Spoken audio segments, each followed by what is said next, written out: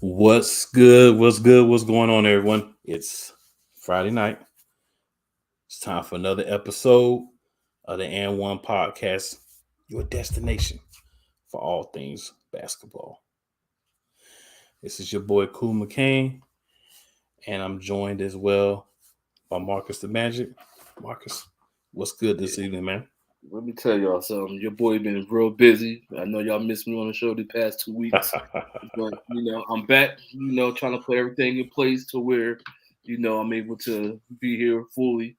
You know, to help bring Empire to newer heights. You know, collectively, but with me being more present. Dealing with 9 to 5s, 10 to 8s, or whatever it is. It's just hard you know, to do what we have to do to maintain ourselves in this type of industry, till we get to where we need to be. But with that being said, your boy's back. Yes, sir. Yes, sir. You always catch me around somewhere. You gotta be here to talk, and then hey, I love to talking, so I gotta be here. All right. Gotta You know do what I'm it. saying? So yeah, man. Any specific NBA news you want to talk about? Anything you heard about during the week? Well, see, that's the thing. I've been so busy, I haven't had time to focus on nothing other than what I've been doing.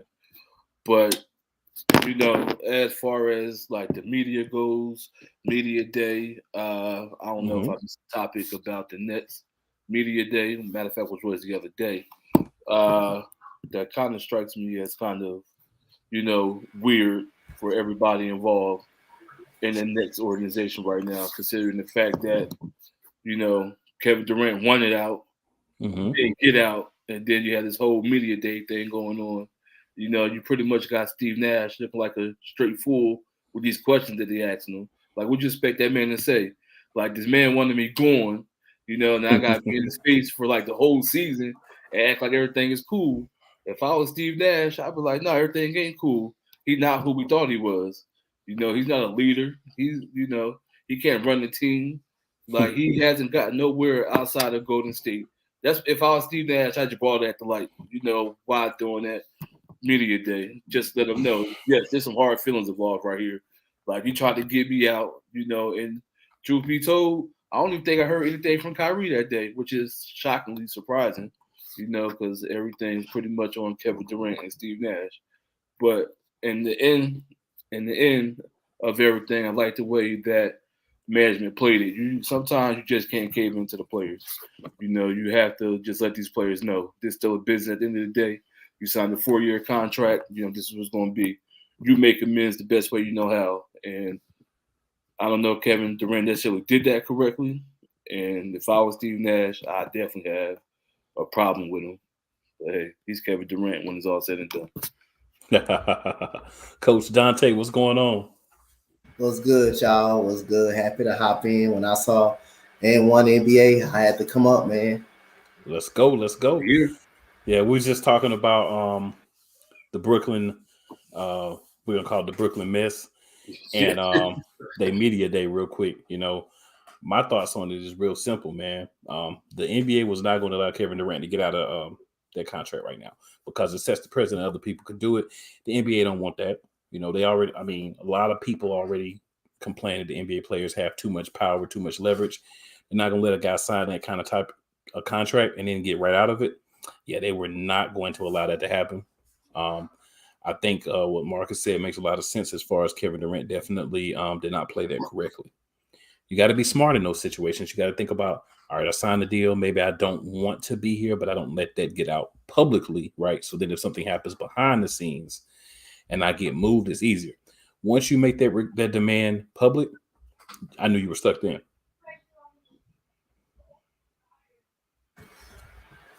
Talk to me? Yeah. Yeah. Oh, first of all, appreciate y'all for having me on. But at the same, I got to go back at the beginning of when him and Kyrie first approached each other and decided to really come together. All-Star game, yeah. Yeah, it's the All-Star game. I remember in that Charlotte.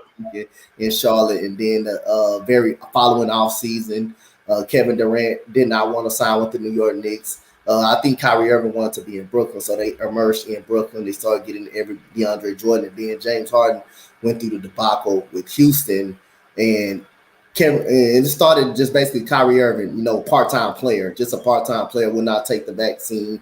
That was part of Kevin Durant frustration. Then you go out there and get James Harden, who's immediately frustrated in Houston because they didn't get Tyronn Lue, and Tyronn Lue was staying in Los Angeles. That's who he wanted, and so the organization said no to him. So he departed. His first mind was in Philadelphia, and he couldn't get to Philadelphia, so he asked to go to Brooklyn, and he went to Brooklyn. Kevin Durant and Kyrie got hurt, so James Harden couldn't be the man, didn't want to be the man no more. So he propped his frustrations and wanted out. This was all turned into a mess for just the Brooklyn Nets, and started like I said, man. If I was to blame someone, I mean, Kevin Durant not up out of the situation. He should never left Golden State. Anyway, I don't think he should have ended up in Golden State. I should have thought he should have either stayed in OKC or went to Boston the year that he went to Golden State. But this was mostly his fault. But you got to also put some of the blame on Kyrie too, because he played when he wanted to play. He went out, did not tell teammates he was going out anyway. James Harden basically quit up on the team because the two guys was hurt. He basically quit. So again, like I say, Kevin Durant asked out, and they didn't want to ship him out. They didn't want to find the right deal for him, and nobody in the organization was looking to give up draft picks and young superstars for Kevin Durant. So, I mean, it's just an all-around mess in Brooklyn. So, I mean, like you said, the NBA wasn't going to let it happen, and I think, staying in Brooklyn is. I'm glad the league didn't grant him that, and I think I'm glad that the owner did not trade him to nowhere else and kept him in Brooklyn and did not rush the trade. He did not rush the trade. So again, hey, yeah, it definitely makes a lot of sense. Now here's another story that the whole Boston thing that's going on right now. Yeah, you went on last week. Yeah, I went on. So if you want to give your thoughts on it, man, feel free. So I kind of do, because when it's all said and done, you know what I'm saying? Whoever, see, this is what gets me. You're supposed to be a professional, sports team. Use that word professional strongly. You know what I'm saying? There's nothing in the media. I mean, there's nothing out there that nobody in that Boston market should have put out that this man was cheating. Period. That's something that should have been handled behind the scenes. Because in any other job, whether it's private, what we do outside our 9 to 5 and stuff like that, there is HR. Nothing else like that gets out, and I'm quite sure, before, everything started becoming woke, PC, and everything like that, I'm quite sure you had relations going on between journalists, upper management, all kinds of stuff going on in organizations, whether that's basketball, football, whatever, sport, whatever. You never heard nothing about it. But now all of a sudden, you want to kind of stray, from the Sarver Phoenix thing and then switch everything over to Boston, to kind of ease that thing, what happened in Phoenix, in my opinion. You know what I'm saying? You want to call it racist, go for it. If you want to say colorism, whatever, go for it. However you want to spin it. What I'm saying is that particular situation should not have taken on a whole different mind of his own for a man basically getting his rocks off at work. I mean, You were doing it for a while, perfect. Maybe you were screwing one of the executive bosses, perfect. All I know, he ain't married, but she was. I'm not sitting here trying to blame one person or the next. I'm just saying, if you're going to do it one way, be consistent and blame all parties involved. That's all I'm saying. Yeah, to double back on the KD conversation, I agree with Kyle here as well. Another great point. Nobody wants to mortgage their future for Durant when there's no guarantee he'd be happy. You bring him in, you never know, a year or two, he doing the same thing over again. And Coach Dante, did you have any thoughts on the Udoka situation in Boston that you want to share? I don't have any inside information, but again, I like to know more about the story. But at the end of the day, man, it's more. Like I gotta say, I think Boston got the talent to overcome a little bit. But at the end of the day, Ime Udoka is a guy that took him to the NBA championship basketball game. So obviously, I got to get further information on it. I try to not to speak on things off the court too much. I'm not too much of a big fan of things going on off the court than on the court. So I'm not a big fan of things on off the court. But he shouldn't have cheated with a staff member. It was wrong either way, but he shouldn't have cheated with a staff member anyway. So at the end of the day, he got himself in this mess, and we got to see what Boston is going to do on the court, which is, we got to see how the rotation is going to break down. We got to see if these players are going to buy into that assistant coach. We just got to see everything. I think that Boston Celtics still have the talent to do what they got to do and to win basketball games. Yeah, I mean, for me, I definitely agree with your point about, well, for me, I love to dive into what happens off the court. You know what I'm saying? Like, I'm in it as well, but I feel where you're coming from. But for me, I just think, like, we definitely need to get more information, because you hear one thing come out, then you hear something totally different, then you hear something in the middle, then this happened and that happened. We just need to find out what's actually going on. And I mean, people want to say, some people at least want to say, oh, well, that's really not something we should know, blah, blah, blah. It's too late for that. When it got public, it's too late for we shouldn't know. There ain't no one part one part you don't know. When you decide to let it be known, whoever it was, to let it be known, once that happens, it's a situation where it's like, what's going on, Martin? Once that happens, it's a situation where it's like, yo, now we need to know why this is happening, right? You didn't just suspend him and say we're suspending them for stuff. You let stuff get out. I'm curious as to why the year-long suspension, right? Because it makes me feel like, and we talked about this a little bit last week, makes me feel like there's more than we know going on, because the whole year, not like slap on the wrist, a couple of games, or, quarter of the season, whatever, but actually a whole season. Also, I'm curious as to why, if it's enough for you to fire, to basically turn it in for a year, suspend him, why not just let him go? But I know the answer to that. The answer to that is they don't want him on the open market. Because if he hits that open market, he getting scooped up real quick, like a dime piece with a good job, no kids, you know what I'm saying, in our own place, great personality, great attitude, and all that. He getting scooped up quick, just like that. So that's why they're not going to allow him to, actually be let go, I think, this year, which I think is a little bit of a travesty for me as well, because you want the guy, you don't. He's made some mistakes in your organization. You probably should move on for him, to be honest. Not that he's not a good coach, but to be honest, just to get rid of all the circus and stuff, you either need to let him go, or you need to go ahead and say he will be back as a coach. Get it over with, whichever way you're going to go. But I do want to get more info, more insight into it. But I do also agree with Marcus' point that all the angst and everything, all the onus has been on Udoka. He didn't engage in these relationships by himself. Because if he engaged in these relationships by himself, it wouldn't be a story. And my whole thing is, like, what are y'all proving, basically, at this time and when it happens? You see what I'm saying? Because if they known about this for a while now, look at the optics of how it looks. You got the Phoenix Suns man owner pretty much going selling his team.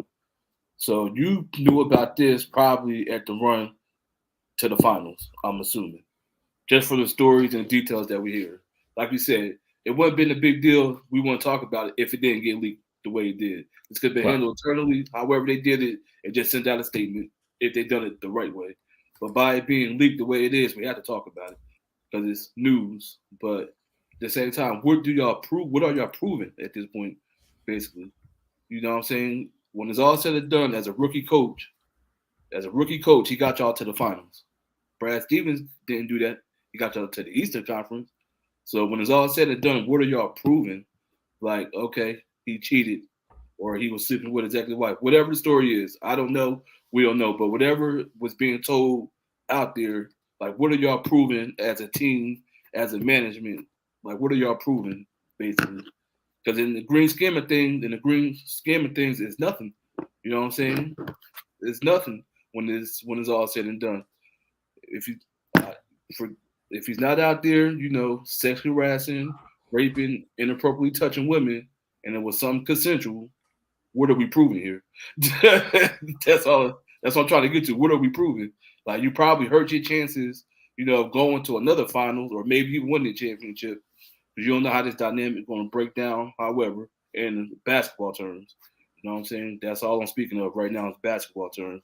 Like, what are we proving with this story, and going forward? Like, if you don't fire this man, if it's that bad, you fire him. You let him collect his money, then you keep it moving. If it's not that bad, you just slap him on the wrist. All right, sit you out for a month or two. You know what I'm saying? Let it blow over, come back and coach. But a year suspension, like you got this man in limbo, you got your team in limbo, and you're still not proving nothing. So even though we don't know the full details of the story, at the end of the day, nothing's still proven. You see what I'm saying? Like, he's not fired, but he's suspended. He has a chance of coming back, or you waiting. You don't want him on the open market. You still got to pay the man. Like, what are y'all doing with this man? But he's not the only party involved. So if he's the only one getting suspended or fired or fined, it shouldn't be a double standard when it comes, because that's still an HR thing when it's all said and done. I definitely dig it, man. To Kyle's point, if the story gets to the worst case scenario, he may not get another job. We're going to get more involved with the NBA teams.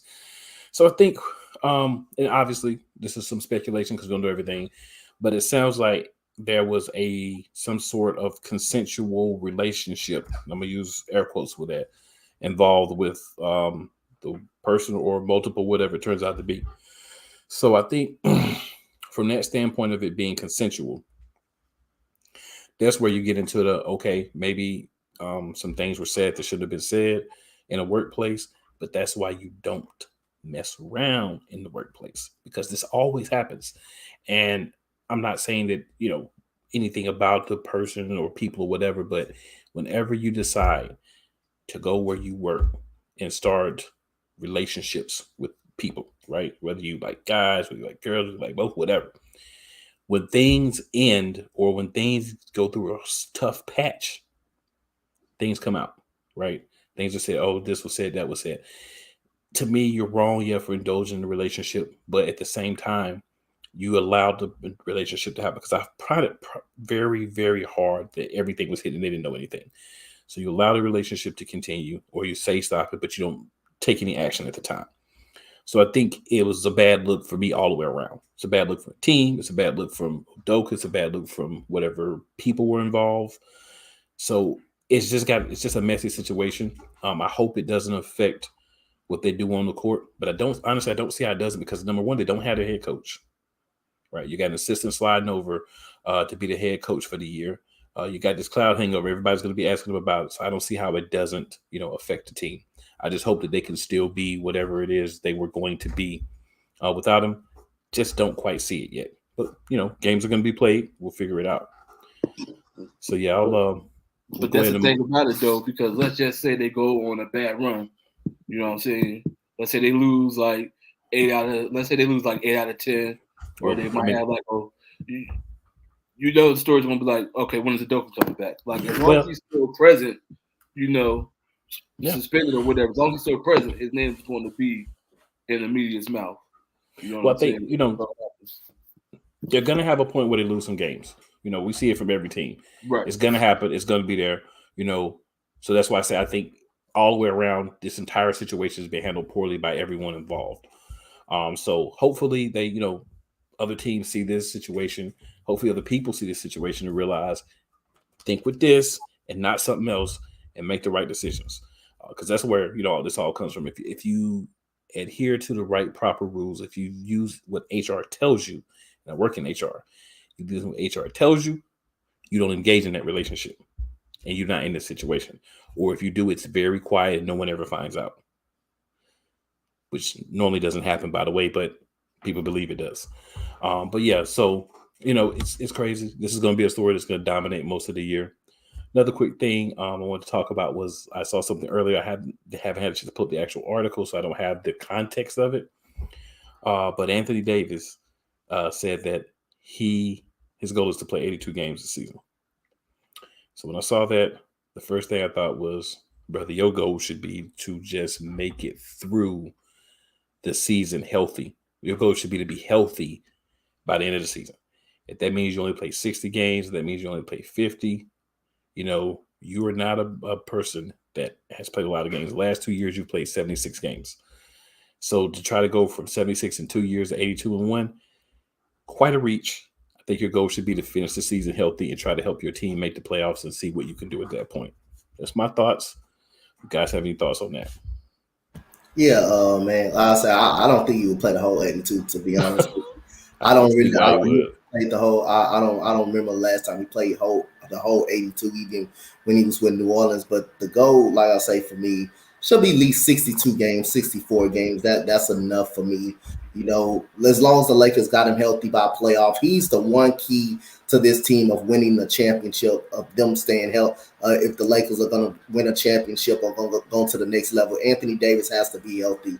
We all know what type of player he can be when he's on the court. But he is the key right now for the Lakers. And if he can be healthy, the Lakers can be a borderline scary team to play in the playoffs. But again, he's got to be able to stay healthy. So I say about 64 to 62 games is reasonable for him. But like, I don't plan on him seeing him the whole 82. I just don't think he's gonna be healthy all 82 games. Now, I agree with Kyle. Here's my thing. Like, let's not even. Could we just say, just take this game by game for this guy? Because there's not even no guarantee he'll play 62 games. Right. There's not even a guarantee that he will play 52 games. So if he could just stay healthy game after game, and then see where he at the end of the season. If I was him, I wouldn't even put no number on it. I'd be like, look, I'm gonna go out there, I'm gonna ball, and God forbid nothing happens while I'm out there. I'll make it to the end, basically. So he should just be taking this game by game and see where it goes. I don't even think he ever played 82 games since he started playing in the NBA. I think the most he played might have been 69, maybe 71 games. Maybe. Yeah, I think there's a big reach definitely for him. But hey, I mean, I just thought it was kind of funny to me. First off, it was a chuckle when I heard it because I'm like, you really think you're gonna do that? But hey, it is what it is. Maybe he's just mentally trying to prepare himself to, go through a season and make sure that people are talking about him, because this will definitely get you talking about him. Definitely got me talking about him. My whole thing is, like, you basically have LeBron James, either to your right or to your left, however it is. Mm-hmm. And his workout regimen. So it's like, why don't you try to incorporate what you do, what he does, and try to build your muscle to play. Even if you just build your body up to play, let's just say 44 minutes a game. Maybe that can stop some injuries, little nag injuries here and there. Maybe it's the way you fall, or maybe it's the way you land. Something that would allow you, when you build up your core, your legs, so in case something happens, you'd be like, all right, I can shrug this off. It's a little pain. Don't keep playing. Because sometimes, like, I don't even think I remember, like, really looking at him like, was this really a freak injury? It's like he'll fall, twist his ankle or something, or he'll fall awkwardly, something. But it never looked like he just sat there and you just looked down and played, like, all right, what's he hurt for now, basically? Like, you just don't see like that freak injury. Like, it's more so he has little knickknacks that keep him out a while because his body's not used to the grind of a full NBA schedule. Hell, might not even playing 40 minutes a game. His body's not equipped to handle stuff like that, I would say. So if you got LeBron to your side and you building up your endurance, your stamina, and all that good stuff, then them little nagging injuries, you can shrug that off and still play through. I've seen LeBron twist his ankle and you've seen the bone touch the ground, and he still played like that. One thing too, you got to realize the type of person. Like Anthony Davis, even in college, he was a guy that was injured, right? So he's Right. has a history of just injuries. So I think you get to a point where I don't think there's really anything you can do, right? There's just some guys who are just going to be injured. I mean, I'm pretty sure he got a good workout regimen. He's got the money. I'm pretty sure he'd do the right diet, the workout, and all that. He's just one of those guys. He's just prone to injury. I mean, I'm not like, he's prone to injury. I love it. I'm just saying, like, it seems to be that's who he is. So it's a matter of kind of like a lot of these running backs that start to get injured a lot. You just have to find a way to cut back on how much they are playing so that you can have them for the long run. Do you want to have them 30 minutes a game and maybe have him 50, 60 games? Or do you want to try to pay him 40, 45 minutes a game and have him less games? I think you just have to be realistic about the fact that back-to-backs. This guy's not going to play in the second game of back-to-backs, so you're definitely not going to play 82 games. When he does play, he needs to be on a minutes restriction because the more he plays, the more he's going to get hurt. He's just one of those guys, unfortunately. So just be smart about it. Keep him in a position where you can help him be the best that he can to help you out. When playoff time comes around, like Coach Dante was saying, you got to have him in playoffs. That's where you need him at. But first, you got to get there. That's the thing.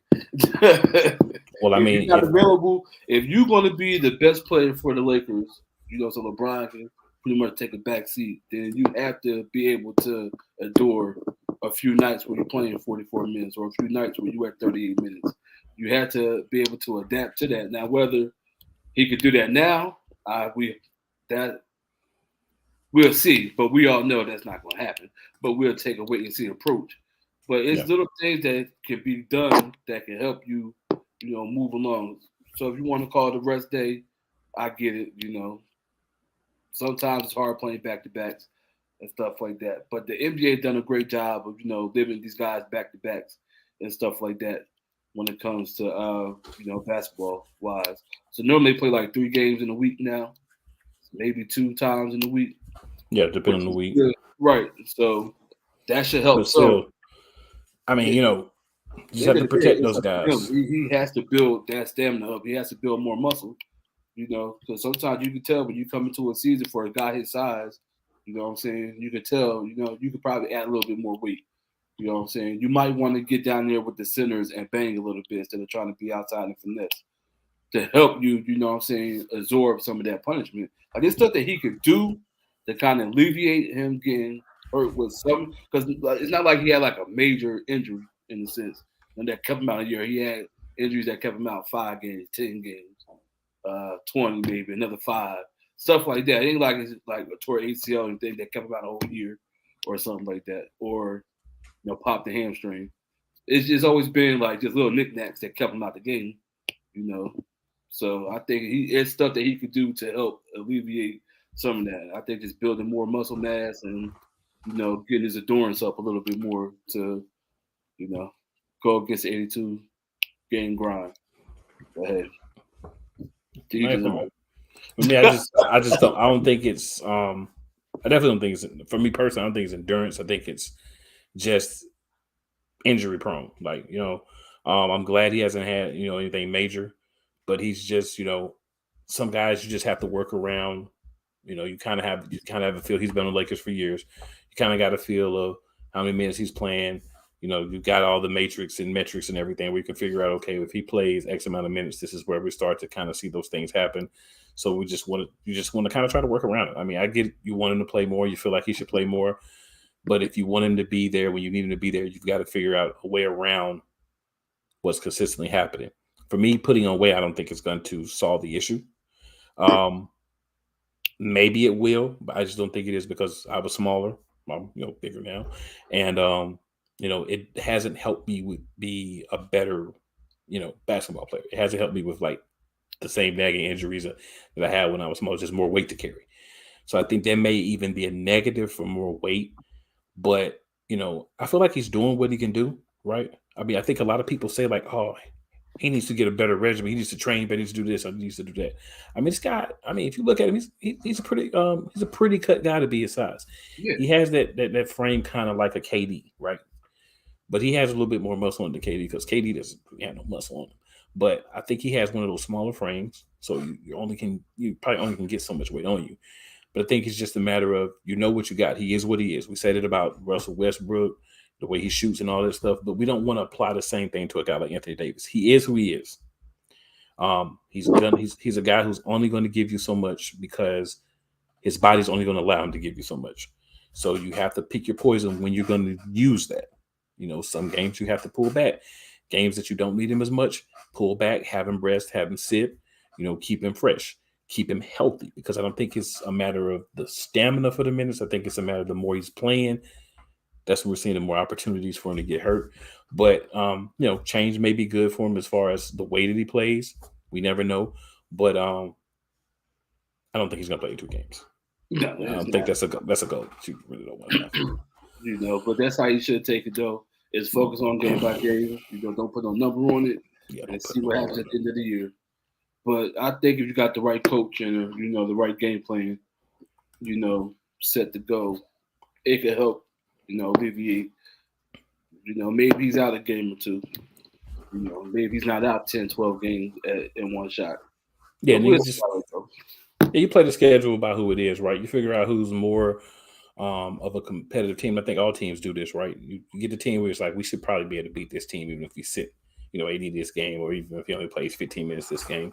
So I think that's just, like you said, your coaching staff and understanding, who you're planning out long term, and just making sure you're, making good decisions for him. So hopefully, we'll see more of him, because I like the way Anthony Davis plays, but he does spend a lot of time on the sideline being street clothes Davis, as Charles Barkley so eloquently put it. Because it's the truth. Yeah, Barkley's wild, bro. But definitely want to take a little time in this show just to talk about like a little preview for some of the divisions. We're starting to get, press conferences, photo shoots with the team. We're starting to see a little team information. So I figure, we'll start talking about the conferences a little bit, as far as, the divisions, excuse me. We did talk about the Atlantic Division a couple of weeks ago. So I figured we'd just take a little time and maybe talk about what we see from the Central Division. And then, if we have some time, we can also talk about the Southeast Division. So I say, start the Central Division with the Chicago Bulls. So Marcus, tell me your thoughts on the Chicago Bulls and what you think they'll be able to pop out next year. If they don't get Lonzo Ball healthy for whatever's going on with him, they're gonna be right where they was last year, first round entry. Yeah, that's true. And then you can see when he was playing, how him and DeMar DeRozan, how everything just fits in. Everything runs smoothly. Zach LaVine can do his thing, run the break. Get open, dunk, shoot, whatever. Because you got Lonzo there to help with the defense, help to bring the ball up, help get people in position. And not to mention, Lonzo became a much better three-point shooter than when he first started in the league. So he opens up the floor a lot, and he does so much that once he went down, you could see, it took a toll on Zach LaVine. Kobe White, he's not just, he's more so spot up minutes and stuff like that before you get the point guard position. When they brought in Alex Caruso, he's not so much. He's more of a specialty guy, defense, can shoot a three here and there, posterize you every now and then. But he's not Lonzo. He can't get up. He can't push the ball, get people in place to do what they need to do. So without Lonzo there, I just see him being right where they at, 7th AC. And that's about it. First round entry. Yeah, for me, Lonzo's the engine that makes the car run. Not that they can't play without Lonzo, but like you said, it's definitely a completely different team. Kobe just doesn't seem to fit the style that Chicago wants to run. Right. He's a guy that I expect after his contract's over to probably seek greener pastures, so to speak, because it just doesn't feel like he fits them completely. Like, he's not a bad player, but it just doesn't fit the way that they want to play. And that's fine. Everybody doesn't fit every style. That's why you kind of tailor things team by team. But I just think they do need him in there. Like you said, you mentioned some of the other guys that they've brought on. They're more complementary pieces, or more pieces that have certain roles on the team. But you do need Lonzo in that point guard role. He's got size, he's got this wingspan, so you can switch better with him. He was bred to play basketball. Let's be honest, he's bred to play. Yeah. So he's been around the game his whole life. He knows the game. He may not be the most athletic guy out there, but he's a fairly athletic guy. I think you add him back to the mix if you can. Get him healthy and get him back in the mix, and this team does look a lot more intriguing. I do believe they would make the playoffs, possibly be on the line for the play-in without a Ball, but I still think they have enough, to get through the regular season. But again, he's another guy, kind of like we were talking about Anthony Davis a few minutes ago. If he's healthy, you may say, okay, let me back up on your minutes. Maybe we only pay you 20, 25 a game just to make sure we keep you good and get you back in the right shape so that you're good to go when we need you the most, which for them is going to be the playoffs and the big games. Yeah, that's my whole thing too. Like, sometimes, I know coaches trying to win games, but at a certain point, that's what you have a bench for. You know, you have your backup players. Like if you're down 20, 25 in the third quarter, sit your starters. You know what I'm saying? See what your backups can do, and if they can make it a close game going into the fourth quarter, so be it. But at a certain point, you got to protect the players too. Yeah, that's very true. You know, because sometimes your backups do make a run, you know, and then you got to see like who's gelling with each other at the same time. So maybe you start a starter to come back from like a 25-point. We've seen teams come back from 25 to 30-point leads and win the game in the fourth or maybe overtime. So yeah, coaching and the psychology is a big part of just understanding, you know, how you do the game within the game and everything. Exactly. So that'll be a big piece for sure. But we'll move on here to try to get through everything in our time here to the Cleveland Cavaliers. So talk to me about, Marcus, what you think about the Cleveland Cavaliers last year, and what you think they'll be able to do this year with their big offseason pickup. I don't think I was here when Donathan got traded to Cavaliers. I was here for the show. And I'm not going to lie to you, just giving up Sexton like they did, that they gave up Sexton to Utah. Sexton and some picks, yeah. And some picks. I think it was another player, if I remember, but roughly, Sexton was the main piece. Right. And I think they became dangerous in the sense of you don't want to see them on any given night or even in the first round of the playoffs, basically. So let's just say, because the East is stacked, you know what I'm saying? Mm-hmm. The East, from 1 to 5, you could say, is pretty stacked. So you take 1 through 5. So maybe even 6. Maybe. There you go. So even if you take 1 through 6, and let's just say Cleveland anywhere in there, 1 through 6. Just say they're the 6th seed. That third team in the East don't want to play them. Let's just say they're the 2nd seed. No, let's say something happens. You know what I'm saying? They don't gel right away, but then they start to pick it up. They become the 8th seed. The 1 seed don't want to see them. The play-in teams don't want to see them. But let's just say they stay at 5. You know what I'm saying? Yeah. That four team don't want to see. Yeah, they don't want to see them. Right. So it's like they're gonna be, because what they had without Sexton there, they added a Donovan Mitchell to that equation. You know, hopefully Donovan learns how to share the ball more and take better shot selections, because he's going to have to learn how to do that with these young boys in Cleveland. These boys ain't playing. You know, so he's going to have to learn how to, you know, take better shot selections and distribute the ball more. I don't see the ball being in his hands as much as it was in Utah, because you got Collins there that's going to take away most of that for him, you know. And then the good thing about that is, what's his name? The rookie guy. Who was their rookie? Mobley. Oh, Mobley. Okay, yeah. Baller.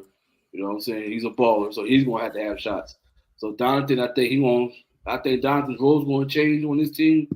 And then with Jared Allen in the back, with Mobley, I mean, this team is stacked with the young boys with talent. They got everything that you need in the team, from the point guard to the big man. They can space you out. They got defense. So if I think if Donovan comes in and play a role, not like he did in Utah, but have a better shot selection and take less shots, this team could be dangerous. Yeah, because this team has a lot. Like you said, Donovan will be able to be that true shooting guard. I think this year he won't have to worry about, you know, handling the ball as much. Like you said, you still have Darius Garland there. You know, you still got Kevin Love, the wily veteran, so to speak. They got Rubio still too. Yeah, Rubio's still there to be either the backup or the starting point guard, or maybe play a little bit of both. You know, you have Caris LeVert, who's, I think, a really solid piece when he's healthy. Yeah, him too. Yep.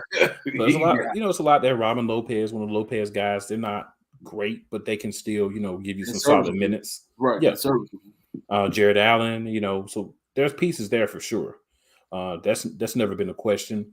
Like you said, it's just a matter of those pieces getting together. I think Donovan Mitchell's going to love being on this team. You got Isaac Okoro there as well, another guy that can play. You know, like you said, Evan Mobley, C.D. Osman. So there's a lot of different pieces. It's just a matter of those pieces being able to link together. I think Donovan is that missing, needed piece if he plays the way that people like I expect him to play in. From your comments, I think you as well. You're going to get a chance to be the most effective you've ever been in your career. Yeah. Because you were on a team now where your second best player could not shoot. That's where you've been. So you've been stuck on a team where you had the other superstar was not a scorer. So now you're in a situation where you got a lot more scoring pieces around you. You have a ball dominant guard. So you can say, hey, do your thing, bro. Y'all do y'all thing over there at the point guard position. When y'all need me, I'm open, I can bring it up, still pushing in necessary situations. If there's a time where he's asked to play point or because of the matchup, you need him to really be the primary ball handler. He's done that before too, versatile. I think he wants to win. I think this team was one unique piece away.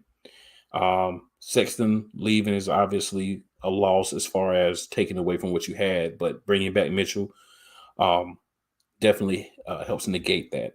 So if he plays the way I think that the expectations will be now that he's on a better offensive team, right? We may even get a little bit more from him on the defensive end because he may not have to give as much on the offensive end. I'm a person that believes if you're more of an offensive player, if you have to put out a lot offensively, that takes away from what you are able to give defensively and vice versa. So I don't fault Rudy Gobert because he was there to play defense. But I think because of so much that he had to do cleaning up shots, being that rim protector for so many years, it took away from what he was able to do offensively. So I think putting Donovan in a situation where you're around a lot of young guys, athletic guys that can cover up things, you're going to feel more comfortable guys that are going to be aggressive, attack the goal. It's a perfect situation, I think, for him to try to revamp his career and become more of an efficiency player and still put up the kind of points that he's been doing, but without the need to take as many shots or as many wild things happening with, decision making. Yeah, that's the thing, the key for him too, because he's pretty much the primary ball handler, and that takes a lot out of you too. So when you're trying to, jack up threes, your shot selection, you're trying to he don't have to do that in Cleveland. I think his shot selection gonna be better. I think you're going to see him be in better rhythm, with the catch and shoot, and then he can play to his game more. He can catch, shoot, drive. If he has to, kick the ball up. You'll see him be more of that slasher / playmaker. Yeah. He's more of a 3-level scorer, basically. Yeah. More efficiency. Mm-hmm. So that's how I see Cleveland. I think when it's all said and done, I think they'd be in the top 5 when it's all said and done. Yeah, I definitely see them around top 5, top 6 in that group. We're talking about being the better teams. I definitely see them, in that group. And next, we're going to discuss a team that's definitely not going to be in that group, at least not next year. And that's the Detroit Pistons. What are your thoughts on the Detroit Pistons, man? I think they got a solid core, from the rookie draft pick to who they picked up this year too. I think in 3 more years you'll see the development of Detroit. Maybe you scoop up like a free agent, or you scoop up somebody off the buy market that'll help develop this team a little bit more. But I think they'd be right in that 9th, 10th range, somewhere in there. They won't be like the last team in the NBA. I think that belongs to Orlando. Okay. But I see Detroit being like right there at 9 or 10, maybe. That's about as far as I can go with them. They just need more pieces and build around the young guys. So I think they like another 5 years away maybe from making some noise. But I think they just right there at that 9th, 10th level right now. Maybe if Washington, screw up somewhere in there, maybe they might make the play-in. You know what I'm saying? I think they might make the play-in. I ain't gonna lie. I think somebody's gonna fall to the point where Detroit's gonna be like 1 game out, and they're gonna win that game and then make the play-in. That's how I see it. Yeah, for me, I think it's gonna be a little bit lower. But I think they will make improvement over last year. They did go get some pieces, like you said. They got Nerlens Noel now. They have Kevin Knox. Some of these people were there. Some were added. Hamidou Diallo. Corey Joseph is a good, solid vet. Obviously, you got Cade Cunningham. You got Alex Burks, who's a good, again, a good, solid vet. Yes, solid. They got Bojan Bogdanovic. They added. Yep, they got him in a trade recently. Oh, okay. Rodney Magruder, Killian Hayes, some of the other pieces, Sadiq Bey. So there are pieces there. Is But Jeremy for Grant me, still there? who's that? Is Jeremy Grant still there? No, Jeremy Grant got traded. Okay. I think that the problem with Detroit is they don't know how to win. I think some of the talent's going to be there, but the young guys just don't know how to win because they haven't been in a situation where they've had an opportunity to win yet. So I think they're just going to have to go through that growing pain of learning how to win. Once they're able to do that, I think you're going to see a much better Detroit team in a couple of years. But I think for this year, for me, Detroit's still a little bit out of it. I think we will see improvement. So I think we won't see like them as being as bad as they were, where almost all the time you don't expect anything much out of them. But I think they're still in the situation where it's going to take some time for them to finish developing. Most definitely. Yeah. I think they can sneak into that playing game, though. I mean, anybody can. It is the 9-10. Anybody can slide in there. Man. And shoot, you might be right. But yeah, I mean, they'll be better. That's for sure. That's the thing. I think they'll be better. And that's you want to build because they've done a lot through the draft, and then they had some money for free agency, made some moves, did some things. So we'll see how it pans out for them. But so we'll slide on to the Indiana Pacers. I'll go ahead and jump on this one first, as I made you go first on a lot of them tonight. But I think they've got some pieces here as well. Big pieces to think about. I like James Johnson. He's a vet. He's just a tough guy. You know, he's going to play hard. He's not scared of anybody. He's going to give you everything he's got on the field, on a court, whatever that is. That's what you're going to get. They still got Buddy Hield. You know, they actually is where Daniel Theis went, who was on Boston. I think he's a good serviceable backup to starter. TJ McConnell's one of their point guards. They still have Tyrese Halliburton. Miles Turner's still there. So definitely pieces. Chris Duarte's there. So there's pieces throughout this roster. It's just a matter of, again, how those pieces work together. We look at a lot of the NBA teams now, or at least I do, and I say, man, they got a lot of good players. Why aren't they better? It's the gelling. It's the players being able, like you were saying earlier, to play together. What group works together? What group works together this night may not necessarily be the same one that works together next night or next week, but just kind of figuring out, okay, let me plug this piece in for this piece. That makes everything work, at least now. But now I need to plug in this piece and take that piece away. So I think that's that game, that puzzle piece game that a lot of NBA coaches, some master and some don't. I think that's the difference when we see the better ones or not. Indiana, I think, is in that 6 to 8 range, where I think they should be in the playoffs with the talent they have. But how deep they go, number one, depends on if they decide to blow it up anytime during the year and get rid of some of these pieces. And number two, how they fare through the adverse times. So I'm not too sold on their coaching as well. So I don't know if they're being coached, to me, Rick Carlisle. I'm just gonna leave it at that. That's my thing with Indiana. Like, what are you doing? What is your direction? Because I believe when you had Karis LeVert and them there with Miles Turner and them boys, you were pretty good, And then maybe you're still gonna be in the middle of the pack of where you are now. But like, what are you doing now, basically? Like, what is your direction? You can't have these trade rumors out there with Miles Turner and then Buddy Hield, for whatever trade packages out there. Like, Buddy Hield's still young. Miles Turner is still serviceable. TJ McConnell, I think he's probably on his last leg because he's just too small to put the backup. So it's like you have some pieces there. The thing is, if you just maneuver to get some better pieces, upgraded point guard, you got Hallenberg there, great pickup, draft pick, whatever. Start building around these boys. You know what I'm saying? Go find yourself a serviceable center, that can take some, that can help Miles Turner.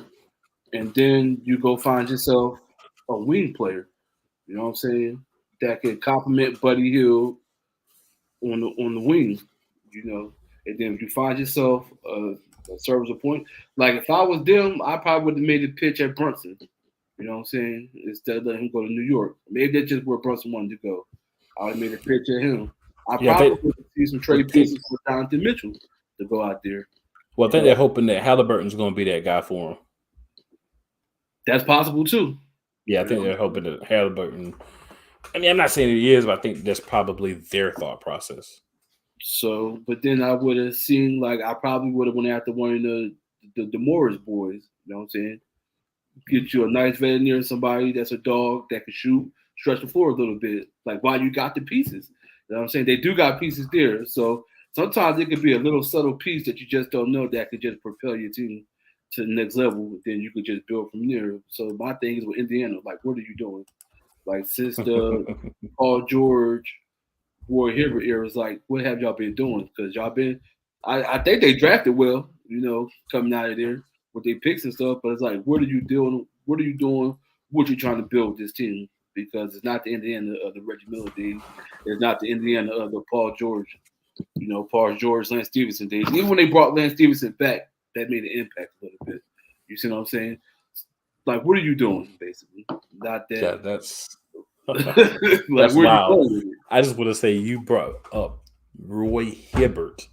I love it. The Roy Hibbert days. You see what I'm saying? So, like, what have they been doing from there? Because from there, like I said, they drafted well and they had some nice, but then, like, maybe it has a job. They haven't gave it time to work. But they gotta understand that at the same time you getting better, other teams are just getting better. You know. Yeah. Sometimes you're just like a piece or two away, and it could be something as small as like bringing in a defensive player or somebody that's gonna go out there and just play hard that could change the dynamics of the team. You know. But I think they're gonna be nice. I think they'd be one of them playing games. Yeah, I think they should be there. Yeah, definitely.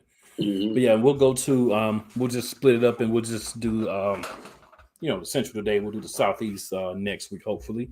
But gotta go to the Milwaukee Bucks. So for me, Milwaukee Buck wise, I watched them. I'm a big Giannis fan. For me, when I look at them, Chris Middleton. If Chris Middleton played, I don't think we're having the same conversation about Boston. That's, you know, my thought. You can agree with it. If not, that's cool. You don't have to. But I think if Chris Middleton plays, I don't think we're talking about Boston making the finals. I think we're talking about Boston making the Eastern Conference Finals and falling to who I believe could have been the back-to-back reigning and defending champs in Milwaukee.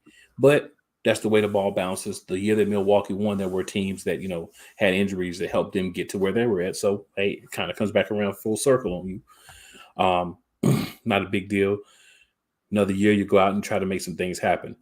For me, Milwaukee doesn't have a lot of change. You still have Brook Lopez at center. He's getting older. He's slowing down. You got to find another guy that can really go in and be your center behind him. They do have a guy, Marquise Bolden. He's a 6'10 player. He's 24. So he's been around a couple of years. Maybe he's being developed, but you definitely need a guy that can go in and get those minutes and really is a center. You know, they also have Serge Ibaka, who's a big man on the team. You also have Bobby Portis, you know, who's a big man on the team. Of course, Giannis, you know, but you just kind of need, and you have Marcus, I'm not even going to say it. His first name is Sandro Mamukushlavici. I always get it wrong, but he's another guy, you know, that, you know, is another big body. So you want to have some big bodies in there, but I think you need to go try to get another quality starting caliber center, a young guy. That should be something they're looking for, like via trade, maybe free agency, you know, maybe after camp, some guys get cut. But I think that's a position they could definitely improve at. Shooting guard, you know, they got Wesley Matthews, you know, Grayson Allen, Pat Connaughton. I just feel like you need one more real, like, scorer, you know, because Grayson, he's not the same guy in the NBA. He can shoot you some shots, but a lot of bonehead plays, and he can't step up and be the guy to kind of do what you would get from Middleton if Middleton's out, which is what they need as well. You know, Drew Holiday's back at point. George Hill's a backup. Javon Carter, who actually played really well for them last year, is another backup. We talked about the other bigs. I think this is a solid team. You know, Joe Ingles, another guy that's out there with them as well, another shooter. So I think they have a lot of what's needed to win, right? They have the pieces. I think they're at a disadvantage coaching-wise. Budenholzer might be a coach that's won a championship, but are any of us really saying, man, Milwaukee won that championship because of Mike Budenholzer? Like, he was the reason they won. I think for a lot of people, they won in spite of Budenholzer.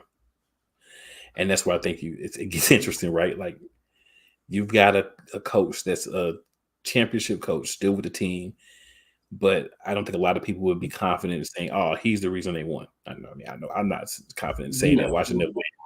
So, I don't think yeah, he's going through that. So I just think if Milwaukee can just be that team they were a couple of years ago and can stay healthy, which they didn't as much last year, I think they got a good shot to get back. You know, I'm a person who never says finals, right? But at least get back to the Eastern Conference Finals. I'm the person who never says I'll get back to the finals because everyone's getting better every year. All it takes is one great player, one bad injury, one bad call, and you can be out of there. But I think at least get deep into the playoffs should be their expectation for the season. Yeah, my whole thing is sometimes like you have to give credit where credit's due, basically. Mm-hmm. So when it comes to Boston, I think whether Middleton played or not, they was winning that series. But sometimes you just have runs that defies the odds. You know, it happens almost every season. You know, you're gonna have somebody that just goes on a run, and it's just like, okay, they're not supposed to be here. Nobody really saw them sweeping the Nets, regardless of everything they had going on. It's the only team that they swept, matter of fact. But you know, so then when they played Milwaukee, I don't know if Middleton would have made a difference because then you take away something from either Drew Holiday or Giannis at the time. You take away something. But the way that the boys play defense, I'm not for sure if Middleton would have made a big difference, is what I'm trying to say. Because the way they play defense, Marcus Smart would have been on Holiday. Jaylen Brown is a pretty damn good defensive player. So he would have been up in Middleton, just like Tatum was up in Giannis. They had great battles, you know what I'm saying? So yeah, they did. It comes down to your centers or your power forwards. Do you trust Bobby Portis over Horford? Do you trust Williams over Lopez? So it's like that's where it comes in at. So I think that run for Milwaukee would have ended at 7 games, whether Chris Middleton was there or not. Well, you know, I'm going to definitely disagree with that because Grayson Allen did nothing offensively or defensively near what Chris Middleton would have done for that team. You also have to realize if you take those guys and you switch everything and someone has to then play Chris Middleton, you have to also play him on defense, right? So he's going to challenge you. He's going to not allow you to rest on defense. Grayson Allen was doing nothing in that series. If you replace that 10 points a game that he was giving you with what Chris Middleton had been giving you throughout the playoffs, there's a difference in the games. There's games where Milwaukee lost because they had two people that could score the basketball, and that's Giannis and his part-time partner. He doesn't do it all the time, but his part-time partner, and Drew Holiday. Chris Middleton was always consistent. Chris Middleton was the closer for that team. If you add that back to that team, you cannot convince me that series wouldn't have went different. Because the fact of the matter is there's a lot of games that Boston won by a few points, and you won that without the second best player on the other team. That will go back to that Dallas syndrome in 2011 when they won it all. You know, it just so happens that the Celtics didn't win it all at the time. And I think everybody's pretty much healthy then when Dallas won on their. Sometimes you just have a run like that. No, don't get me wrong. I'm not telling you who's hurt, who's not. It's like I'm not begrudging Boston at all because you did what you're supposed to do with who was out there. But I'm just saying if Milwaukee's full strength, that's a different team. Because if you take away the second best scorer from any team, you go around the NBA, you take away the second best scorer from any team, that team is nowhere near as good because you can then key on the main option, which is what they were able to do with Giannis because Chris Middleton wasn't there. If you put Chris Middleton back, this is like saying you take Jaylen Brown away from the Celtics and they're not going to suffer and they're going to be the same team. No. Yeah, they'll suffer. But that's the thing. That's what I'm saying. That run that Boston had, I don't know whoever's in front of them in the East, they'll just beat them. That's just how I look at it. Yeah, I don't agree with that when it comes to Milwaukee. Now, I will say, and I said this when the series started, whoever won between Milwaukee and Celtics were going to the NBA Finals. The next round was just a formality. Right. And I knew that when going into that series, and I said that before that series because, to be honest with you, going into the playoffs, the two teams that were playing the best in the East were the Bucks and the Celtics. It's unfortunate that one came into the series without being 100%. And if you're Boston, you're supposed to take advantage of that. I'd never blame a team for going out and smacking somebody or beating somebody when they don't have somebody because that's what you're supposed to do. You play with who's out there. Yeah. But I still think Boston's run would have been Boston's run no matter who was in front of them. Because even in that Miami series, the way he was looking, you don't think they're going to run away with it. But that came down to like Jimmy Butler's last shot in a sense. Sometimes it's meant for you to get to where you go. But sometimes some teams will make it to the finals and then won't make it back again. Yeah, Miami. Sometimes it is what it is when it comes to stuff like that. Miami was never going to be a challenge for either one of those two teams. I mean, I'm gonna be real with you. Miami was never going to be a challenge for Milwaukee or Boston. You know, we talked to what if. That's just my opinion on knowing Milwaukee. I actually covered Milwaukee for a couple of seasons for show I was part of, and got a chance to really dig into them. Kind of see how their makeup was, watched a heck of a lot of their games, almost as many as I watched the Denver Nuggets. And I really got a chance to understand how they play. And they're the rare team that has a whole bunch of weapons, but they still need those two core guys. So if you put Chris Middleton and take Jrue Holiday away, they would have been in a better position because he's that important, because he's like the yang to Giannis Yin. Giannis is the inside guy. He gets the buckets. He's a decent jump shot, right? He's not a guy that you're worried about. If you go out and make a three, you're like, oh, Giannis made a three. It is what it is. He's going to make some of them. But you're not actively saying we need to take away the three-point line for Giannis. You'll let him have it. Chris Middleton, you don't want him scoring inside. You don't want him scoring outside. He's that all-star, not superstar, but all-star player that can make all the shots for Milwaukee. And there were a lot of times in that series that they missed that. You know, they didn't have a guy that could really do that consistently. And kudos to Boston. And I said this after the series. I said this during the series. If they don't have a guy that could do it, you don't guard the other people. You rest. You got Grayson Allen sitting out here on the side looking like he's scared. You take advantage of that. You switch off Jaylen Brown and other guys on him so guys can rest a little bit when they're on defense. Give them a little more push to go to the offensive end and do their thing. That's what you're supposed to do. Boston had a great run. Boston's young. Right. The thing with it is if you have a young core, you're gonna probably get there again. I mean, nothing's 100% guaranteed, but Boston has a chance to get back to where they were. I think Milwaukee also has a chance because Giannis is only 27. So you still have a long time for him to be at his prime, you know, still playing at a high quality level. And I think that's going to be a big matchup for the next few years. And your boys are going to be involved in it as well, the Philadelphia 76ers, because they got Joel Embiid. And I personally think that Jokic should have been the MVP both years, but I don't think it was by much. I don't think there was a clear cut, like Jokic is 10 times better or 5 times better than Embiid. But I think those were the two guys that should have been the two finalists. I just think Jokic just meant a little bit more to his team, especially this past season. I don't expect him to win a third one, no matter what happens this year, because now the Big Four is all back. So now he's going to take a back seat to some of the statistical categories so that they can try to go out and go deep into the playoffs. So I think this is going to be Embiid's year, as long as he stays healthy, that he should unanimously win the MVP. I see something on media. Just some random thoughts there. I see something media day through Embiid that I don't think he's even going out there to try for MVP no more. I think the look in his eyes, his tone and everything, his focus is on all about team at this point. And that's when he's going to win. That's why he's going to win. So if he's not focused on MVP, it's a great chance that he does win it. But it's something about him right now, just from listening to him, that his focus is not going to be MVP. He's not going to go out there, try to do everything in one shot. Granted that at the time, with everything was going on with the Sixers last year, and we're still top 3 in the East, which is amazing. Considering we didn't get James Harden until after. When the trade deadline happened.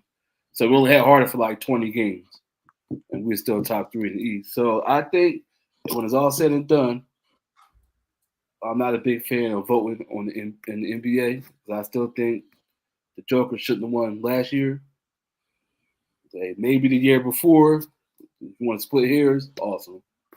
But Embiid still kept his team in a position to where he was the top seed the prior year, and then a 3rd seed the year after, while the Nuggets still the 6th seed in the West.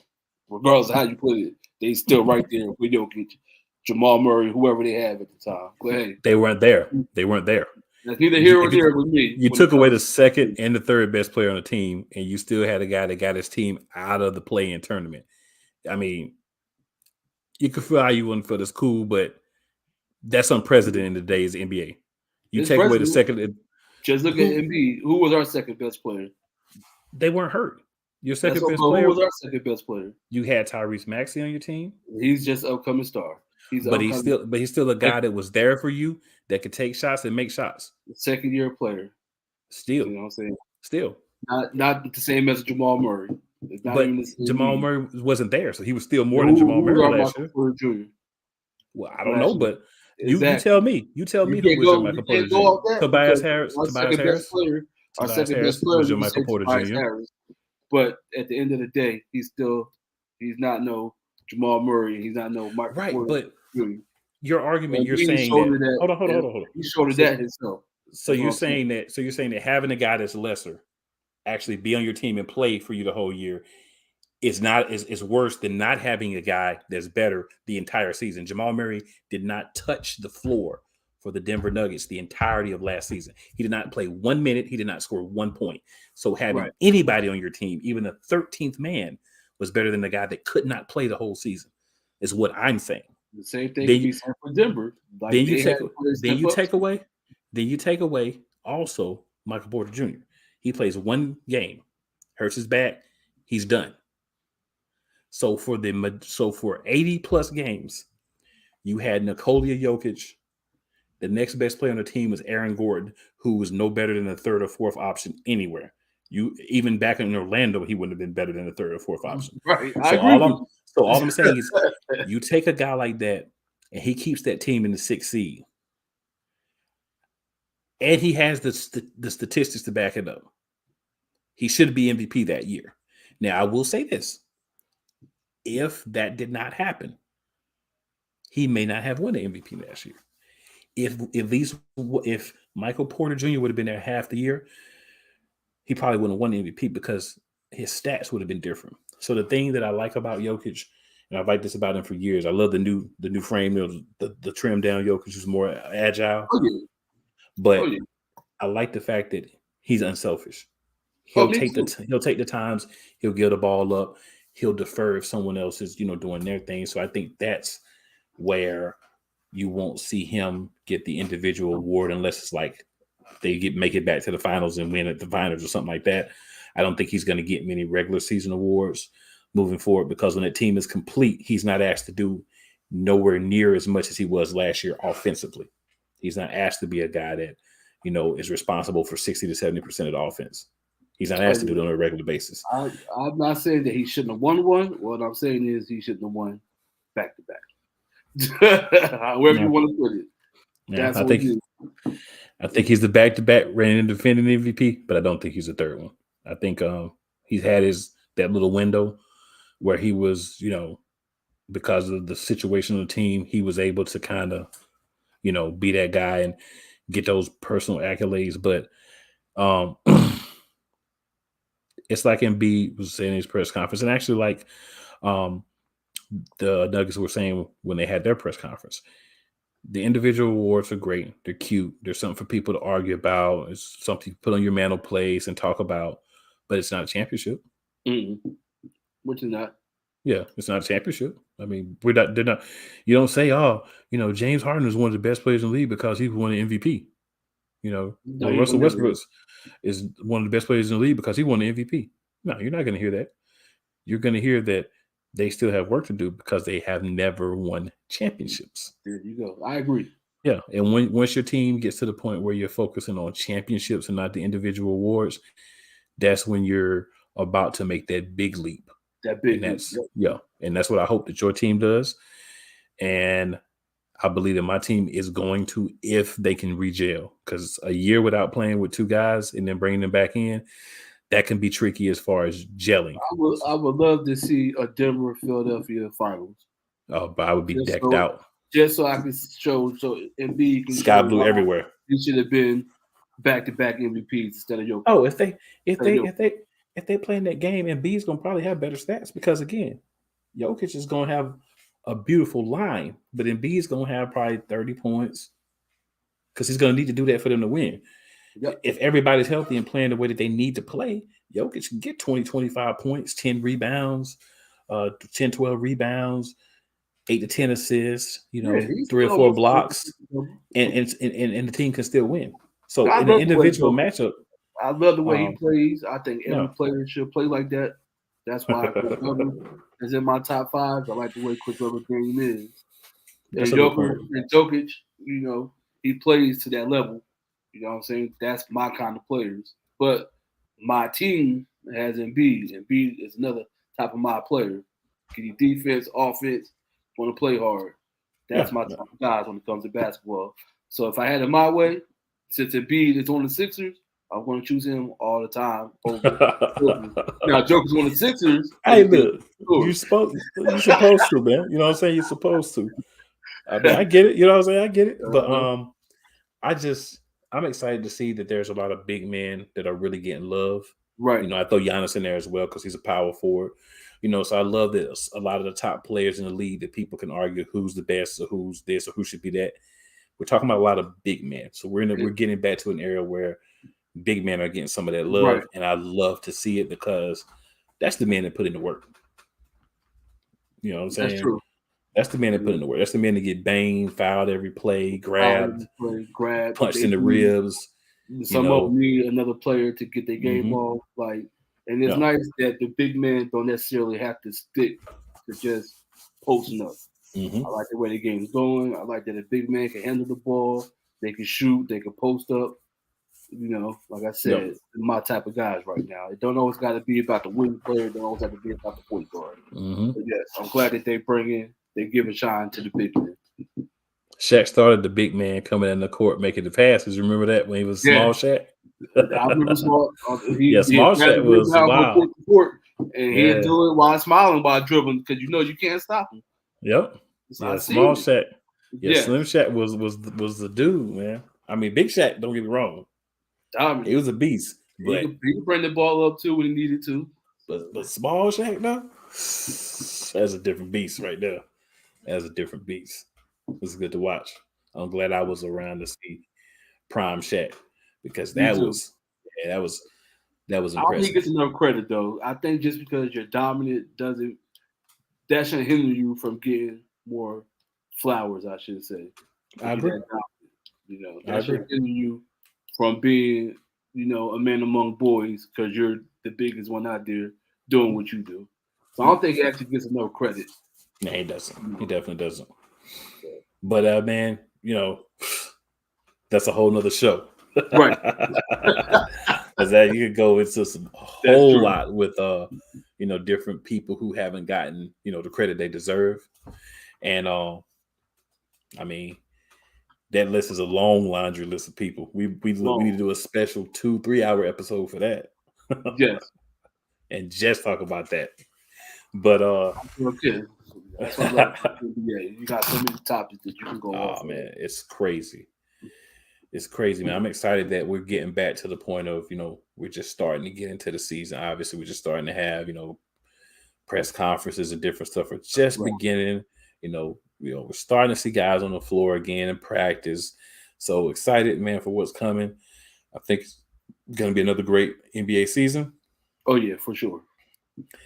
And before we get up out of here, Marcus, did you have any shout outs? No. Nah, no shout outs. Nah. I just want to shout out cool. I just want to shout out everybody in the chat. Anybody that catches the replay of the show. Everyone that couldn't make it tonight. Coach Dante for being able to hop on with us for a little bit. I know he has some other obligations. Coach Dante, you did take the time out to jump on with us. I definitely appreciate that. Everybody that came in on the comments, we definitely appreciate that. For the folks that didn't make it, I better see y'all next week. I shot you out because if you ain't here, that's more time for me. You know what I'm saying? I'm just hating right now. I know I missed 2 weeks, but nah. Hey, ain't nothing wrong with that, man. It's all good. But yeah, man, for Marcus as well, man, this is your boy, Cool McCain, signing out for the evening. Make sure you check out all the great shows on the network, Sports Empire Network. It's a lot of quality stuff, man. We're going to be bringing you more heat. And shout out to tomorrow morning when we're going to get, the big dogs on campus back roaring in y'all's face. So be ready. Holla at y'all.